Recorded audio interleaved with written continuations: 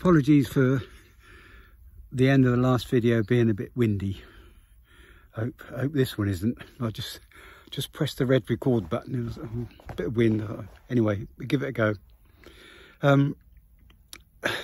Well, what I was trying to say is, I guess I was probably feeling a bit sorry for myself, but, and perhaps that comes over a bit too much in these videos, because after that, I suppose it's a bit like a confession. You talk about these things, then you feel much better afterwards, and I feel fine. But it's useful talking to people and being part of a support group. So I'd recommend that if you can find a support group, It does help. You may not think it helps, but it actually does help in many cases. It didn't for me the first time, I have to admit, because I walked in and there were people saying, "Oh, why me? Why me?" Oh. But other than that, generally speaking, people are quite positive and want to make the best of life, which isn't easy sometimes when you're feeling really tired and fatigued, but you have to, and that's what I've been trying to do. So I recently had a walk in London with my friend Peter, and I was telling him how I felt that I was wasn't achieving too much, that I wasn't doing that. I felt a bit out of it all, and it's quite useful because he soon put me right.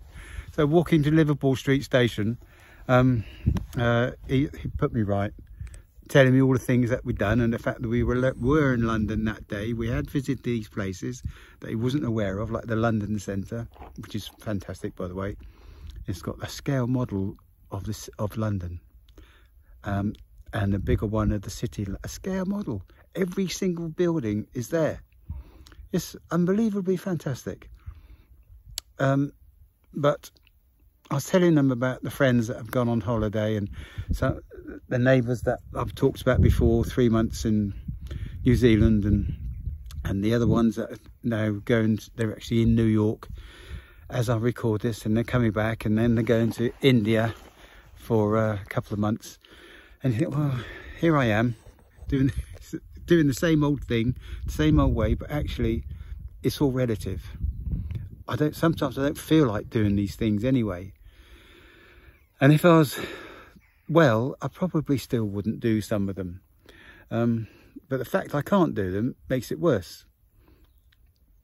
So it's better just to accept what you can do and make the most of it and appreciate, actually, I am doing things. So here I am, volunteering on Orford Ness. Oh dear, was that a bit too close? Volunteering on Orford Ness, and I really enjoy it. It's not anything fantastic. It's not the Empire State Building something, but it's just wilderness. And if you're not sure what Orford Ness is, I might put a link in underneath so you can see. It's an amazing place, and it's a real privilege just to be here. And where I am now, I'm at what they call the information building, which has got all the boards, and I'll show you actually.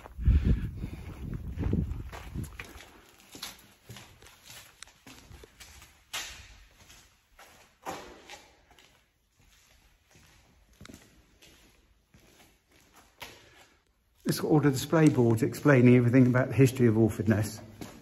Really interesting. Anyway, I was talking to my friend Peter, and he went through all the things that I'd done and achieved and so forth. I felt much better for it. I thought, all right, shut up now. So I did. But I have said before that things come and go. I mean, the thing about prostate cancer is it takes a while. It's very slow. One of the people, it was a relation that went over to join these neighbours in New Zealand for 3 months. 2 weeks ago, he had a pain in the stomach, and he's been diagnosed with advanced pancreatic cancer. And really, it's more a matter of weeks than months. And yet I'm still going. I'm still working on my 10k, which is actually, I feel quite pleased about it. It's really, touch wood, it's really going well. That's in 3 weeks, so it's good. So now I've had my bit of moan. Oh, the other thing was, perhaps I don't moan enough, apart from on here. Because I was talking to a chap I've spoken to for ages and ages and ages, and he said to me that he's met someone with prostate cancer, and he said the drugs make him tired. Do they make you tired? And I thought, what? I thought, you've never listened to anything I've said, have you? And he hadn't really. Sometimes you tell people and you don't listen, and someone else has to tell them, and they'll come back. And I was shocked that after all these years of talking to him, he had no idea, or hadn't listened, or forgotten. Still, that's the way it is. If I turn the camera around, that will show you sort of desolation of this place. 10k in 3 weeks, as I said. I still haven't really learnt how it works yet, this virtual run. I have to evidence the fact that I did do the run on that day, and I did do so many 10 kilometres, and I did do it in that time. But I don't know, and I'm getting really worried. So I've emailed them and said, you know, I'm getting really worried. What can you let me know? So hopefully I'll get a reply. So this was a bit of a ramble, but I feel much better for it. Bye for now.